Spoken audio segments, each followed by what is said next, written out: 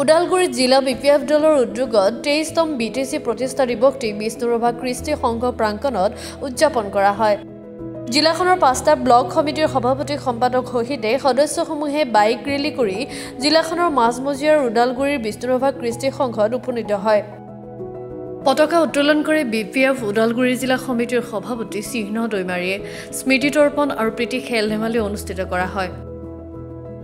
অনুষ্ঠানত জিলা সভাপতি ৰিহন দৈমাৰী, সম্পাদক ফাদাৰাম বড়ো, মাজবাট সমষ্টিৰ বিধায়ক চৰণ বড়ো, বিটিআৰ পৰিষদীয় সদস্য ফ্ৰেজ মুছাহাৰী, বিপিএফ কেন্দ্ৰীয় সমিতিৰ উপসভাপতি ৰবিনচন মুছাহাৰী, পিএমবি সদস্য ৰাকেশ্বৰ বড়ো, কেন্দ্ৰীয় সম্পাদক কাৰ্তিক বড়ো, ভৈৰৱকুণ্ড মণ্ডল সভাপতি সোণেশ্বৰ ৱাৰীৰ লগতে বহু জিলা বিষয়ববীয়া আৰু বহু সংখ্যক দলীয় কৰ্মী উপস্থিত থাকে।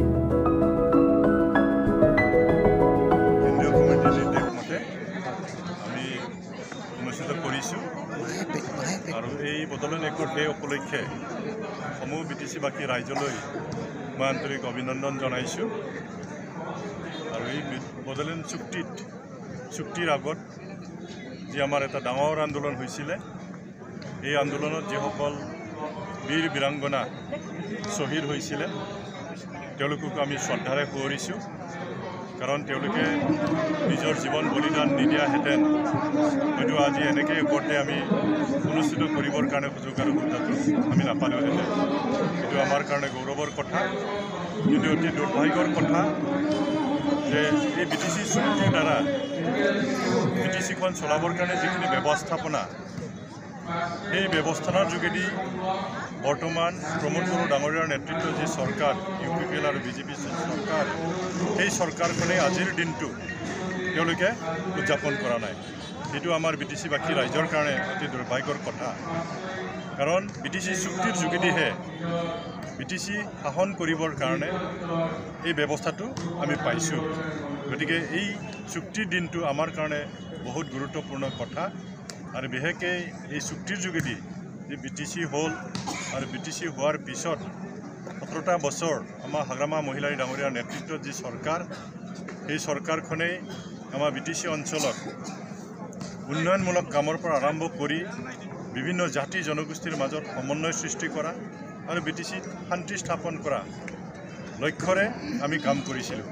আজি বাস্তৱ ক্ষেত্ৰত আমি যদি চোৱা যায়, চুক্তি হোৱাৰ পিছত যেনেকুৱা ধৰণে ইয়াত উন্নয়নমূলক কাম কৰা হ'ল, যেনেকুৱা ধৰণে BPF দলৰ নেতৃত্বত হাগ্ৰামা মহিলাৰী ডাঙৰীয়াৰ নেতৃত্বত যি কাম কৰা হ'ল, যথেষ্ট উন্নতি হৈছে, শান্তি আহিছে আৰু বিভিন্ন জাতি জনগোষ্ঠীৰ মাজত সমন্বয়টো আহিছে। গতিকে এই চুক্তিটো আমাৰ কাৰণে বহুত গুৰুত্বপূৰ্ণ কথা। আৰু সেইকাৰণে আমাৰ BPF দল এই চুক্তিটো আমি এই একট ডে হিচাপে আমি এইটো অনুষ্ঠিত কৰিছোঁ। আৰু মই ভাবোঁ আমাৰ BPF দল সদায় এই চুক্তিক আমি সন্মান দি আহিম, ভৱিষ্যতেও আমি সন্মান জনাম।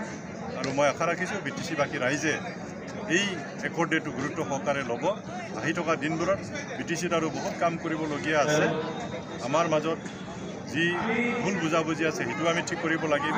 এই বাকী অনুষ্ঠান প্ৰতিষ্ঠান ইয়াত আহিবলগীয়া আছে, সেইবিলাকো আমি আনিব লাগিব। গতিকে মই আৰু দীঘলীয়া নকওঁ। গতিকে আকৌবাৰ শুভেচ্ছা জনাইছোঁ। আমাৰ বিটিচি অঞ্চলটো উন্নতি হওক, শান্তি সম্প্ৰীতি অটুট থাকক। মই তাকে স্যার মই আপনার প্রশ্ন করতে বিচার আমার বিটিআর বিটিসি একট সবরে মানে সন্মান দিয়া সবরে দায়িত্ব বুলি ক'ব লাগিছিলে, কিন্তু আমি দেখা পালোঁ কিছুমান মানে প্ৰায় দিয়াই নাই। কিন্তু কি কৈছে আপুনি? সেইকাৰণে মই ইতিমধ্যে কৈছোঁ, বিটিচি চুক্তি হ'ল সাংবিধানিক বৈধতা আছে। যি চুক্তিক ভাৰতৰ পাৰ্লিয়ামেণ্টত, লোকসভাত, ৰাজ্যসভাত এইটো পাছ হৈছে, আইনৰ ব্যৱস্থা আছে, আইনৰ আওতাত আহিছে। গতিকে সেইটো আমাৰ কাৰণে বহুত গুৰুত্বপূৰ্ণ। আইনগতভাৱে এতিয়া আমি সুৰক্ষিত। গতিকে এনেকুৱা চুক্তিক যদি সন্মান যদি আমি নিদিওঁ, তেতিয়াহ'লেতো আমি ক'ব নোৱাৰোঁ ভৱিষ্যতে আমাৰ অৱস্থাটো কি হ'ব। যি চুক্তিৰ যোগেদি আমি সাংবিধানিক আমি বৈধতাটো পালোঁ, সেইটো সন্মান জনোৱাটো ভাল। গতিকে যিসকল কৰা নাই তেওঁলোকে আচলতে বিটিচি চুক্তিৰ যিখিনি মূল্য সেইটো তেওঁলোকে বুজি পোৱা নাই। যিটো আমি সাংবিধানিক ৰক্ষা কৱচ যিটো কোৱা হয়, সেই চুক্তিৰ যোগেদি সেই কৱচটো আমি পাইছোঁ। আৰু এতিয়া বিটিচি অঞ্চল সুৰক্ষিত। বৰ্তমান চৰকাৰৰ উন্নয়নৰ ক্ষেত্ৰত ভূমিকাৰ বিষয়ে বৰ্তমান চৰকাৰৰ কথাটো আমি সকলোৱে জানো। এইটো আৰু মই ভাবোঁ মই কোৱাৰ কোনো প্ৰয়োজন নাই। এইটো ৰাইজে ইয়াৰ বিচাৰ বিবেচনাটো কৰিব যে হাগ্ৰামা মহিলাৰ দিনত যিখিনি উন্নয়নমূলক কাম হৈছিল মইতো অনুষ্ঠানৰ কথাই কৈছোঁ ইউনিভাৰ্চিটিৰ কথা মই ক'ম ইঞ্জিনিয়াৰিং কলেজৰ কথা ক'ম মেডিকেল কলেজৰ কথা কৈছোঁ CITৰ কথা কৈছোঁ এনেকুৱা অনুষ্ঠান প্ৰতিষ্ঠানৰ বাহিৰেও BTC অঞ্চলত যিখিনি ৰাস্তা ঘাট যিটো অৱস্থা আছিল BTC চুক্তিৰ আগত হয়তো যিসকল ব্যক্তি সেই সময়ত আছিল তেওঁলোকে বুজি পাব কি অৱস্থা আছিল ইয়াত কোনো ৰাস্তা নাছিল দলং নাছিল কোনো অনুষ্ঠান প্ৰতিষ্ঠান নাছিল হাগ্ৰামা মহিলাৰ ডাঙৰীয়াৰ নেতৃত্বত সেইখিনি সকলোখিনি কৰা হ'ল কিন্তু যোৱা 4-4টা বছৰত প্ৰমোদ বড়ো ডাঙৰীয়াৰ নেতৃত্বৰ যি চৰকাৰ সেইটো তেওঁলোকে কোনো ক'ব নোৱাৰিব যে আমি এটা ভাল কাম কৰিছোঁ কোনো একো কৰিব পৰা নাই তেওঁলোকে একো নাই মইতো দূৰত নাযাম আমাৰ ওদালগুৰিত তেওঁলোকে একো দেখুৱাব নোৱাৰিব যে আমি এইটো জনগোষ্ঠীৰ কাৰণে আমাৰ ৰাইজৰ কাৰণে এটা ভাল অনুষ্ঠান ইয়াত অনুষ্ঠিত কৰিছোঁ বা